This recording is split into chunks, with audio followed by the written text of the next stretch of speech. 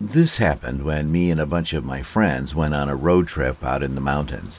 There were 10 of us in total. We had a pretty big friend group back in those days. We had plans to camp out deep in the mountainous woods.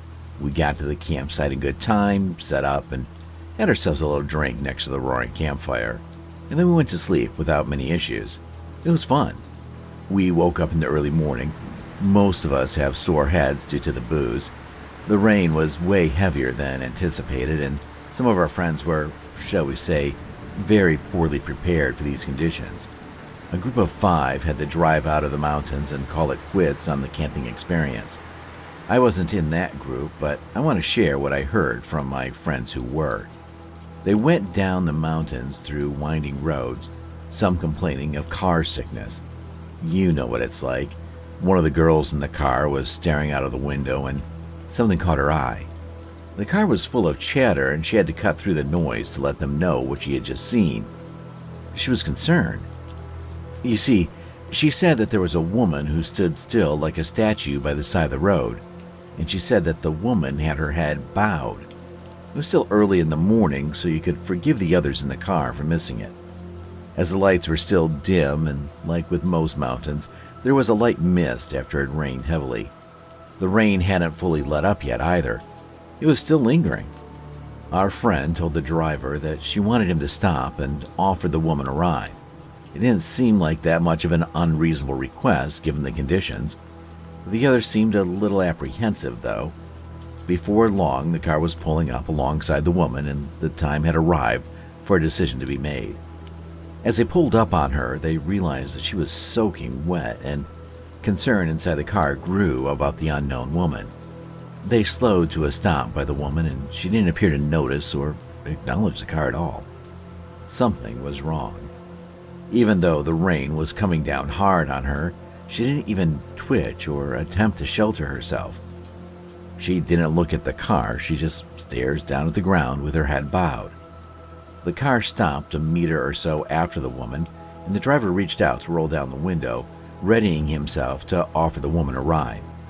However, something made him put the pedal to the metal and drive out of there full speed. The tires squealed as they sped off. Everyone in the car began to panic. No one but the driver knew what was going on. Some of the girls in the back started crying and the men started shouting. It was a whole thing. It was only when they got to the foot of the mountains that they arrived at a conclusion. The driver pulled into a convenience store parking lot. The car full of my friends turned to the driver for an explanation.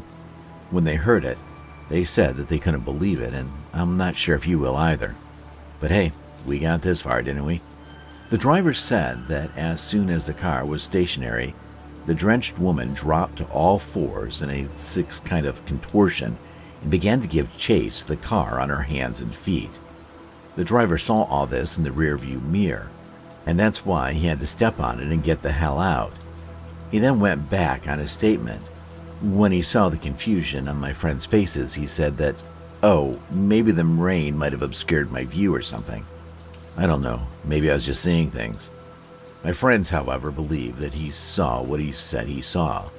There was an airy, stilted silence in the car, which caused everyone to look over their shoulders and towards the back windows. I mean, I'm not sure what they saw, but I heard some stuff from America and other countries. Maybe that was something they call a skinwalker. I went camping with 6 friends last summer. We rented a small campsite in the mountains. It was a really great time, actually. We set off fireworks and we had a barbecue. It was perfect. There's something so peaceful about sitting and watching a roaring bonfire, isn't there? By midnight, everyone was pretty much tuckered out. We decided that it might be time to hit the hay. We all settled in for the night, and I don't know if I was the first to hear it, but I'm confident that we all heard it. There was a low kind of moaning or groaning sound coming from somewhere deep in the woods. If I had to put an age on it, I would say it was middle-aged, and I would say that the owner of that voice was likely a woman. I did wonder if it was an animal, but there was something so human-like to that voice. It convinced me that it wasn't an animal. It was clearly human. There was a certain sadness to the quality of the tonality of the voice. It was unnerving. It was weird because we were pretty much in the middle of nowhere and I didn't see other campers in the area that we hired. I remembered gathering firewood thinking, wow, we're the only ones here.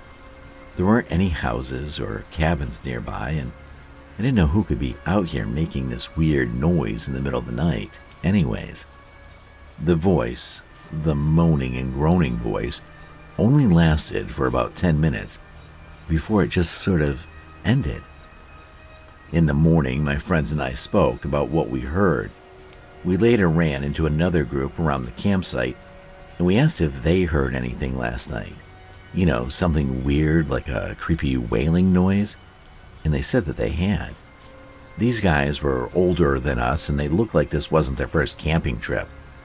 When we spoke to them, they confirmed that they were regulars at this particular campsite.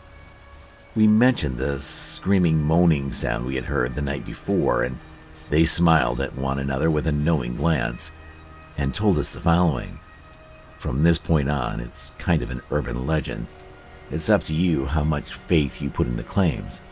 But since you asked, I guess you want to know.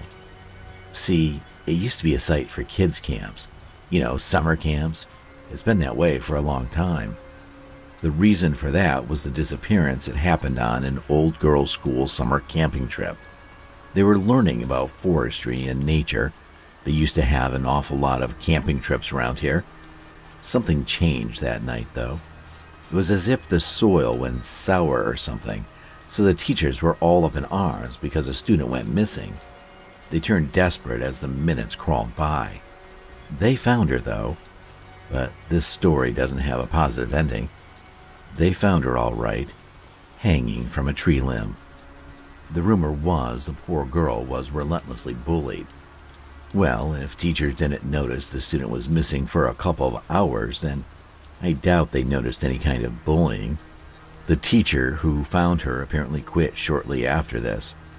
She couldn't cope with the guilt or the shock during the search. She was the only one who was the most vocal. She was the only one calling out their student's name. She was the only one who couldn't bear the shock of letting the student down. She took the same option her student did. She isn't here anymore, sadly. So we all concluded that the moaning and groaning sound that some people hear isn't the voice of the student. It's the voice of the guilt-ridden teacher, still searching for her student, bound to this earth by guilt. Well, we all trembled. It was a really powerful story. I did wonder, though, in my pessimistic way, if it was all a ploy to make noisy young men with fireworks not return to their tranquil campsite. But that moaning sound was so real and so creepy. Needless to say, we didn't go back. Me and my friend Jesse would go on camping trips once or twice a year. We used to go more when we were roommates in college, but we both work full-time now. Jesse was the one who actually got me into camping, having done it his whole life. I hadn't even been camping once before I met him. This happened 2 years ago on one of the yearly camping trips that we went on in the summer. To specify, we didn't go far out or anything. We basically went down a trail maybe 2 hours out, then set up our tents and everything. The whole point of it was to camp, not to hike, and usually for around 4 to 5 days. When we got to a good spot, Jesse and I put everything together and relaxed. The next 3 days were just as you'd expect. We sat at the campfire and had some drinks and just talked. We went for some walks and played some board games as well. But to sum it all up, we really just relaxed. I mean, that was the whole point of it anyway. On the 4th day, we agreed to wrap it up and head back the next morning. As the sun was starting to set, we prepared to get the campfire going again. Jesse said he'd go for a short walk and collect some dry sticks, and he asked me to get the food out and prepare for cooking. I did as he said, but as the sun faded out, Jesse still wasn't back. It had been maybe 30 minutes, which wasn't a long time for a walk, but it was a long time to be collecting sticks. I figured he must have meant he was going for a walk just to walk and not necessarily for the sticks. I waited another 30 minutes. The sun was now fully set, and it was getting really dark. I had turned on our heavy lamp for a light source, but I knew it would run out of batteries if I left it on too long. I was getting really worried about Jesse. He was the one who was experienced in everything, so it just didn't make sense for him to get lost like this. I figured it best to at least start the fire so that if he was lost, maybe he'd see the flame and find his way back. I took the lamp and collected a bundle of sticks and started the fire with some matches. By the 2-hour mark, I was really losing it. I didn't know what to do. I was trying to decide between looking for him or going back and calling for help, or just staying put. Every scenario was running through my head. What if he got hurt? And wasn't it far away? Then looking for him would make sense. But if he was far away, then my getting lost would only burden everything more. 2 hours and 30 minutes after I'd last seen Jesse, and 2 hours after nightfall, I heard a gunshot. It was far off, somewhat in the direction Jesse went in. But what really scared me about it was that neither of us brought the gun. I stood up and paced around the campsite for a minute before grabbing the lamp and going out to try and find him. It didn't take long before I heard steady footsteps running toward me. My hand was trembling, holding up the lamp, but the light only reached a few feet ahead.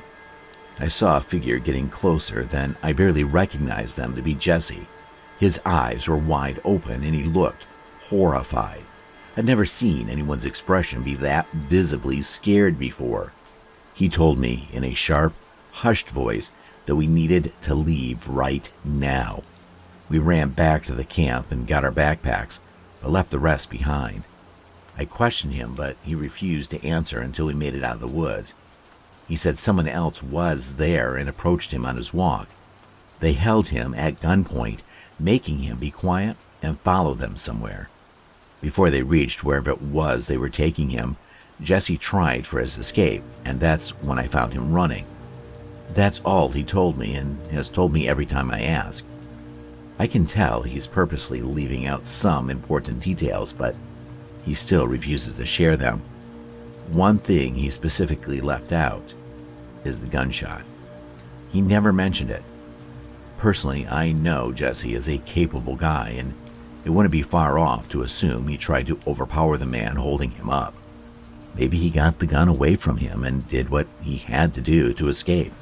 It would explain Jesse's traumatized stage and why the man didn't chase him. I don't know what happened back there, but ever since, Jesse hasn't wanted to go camping again. Honestly, neither do I, but I just wish I could know the truth about what went down that night.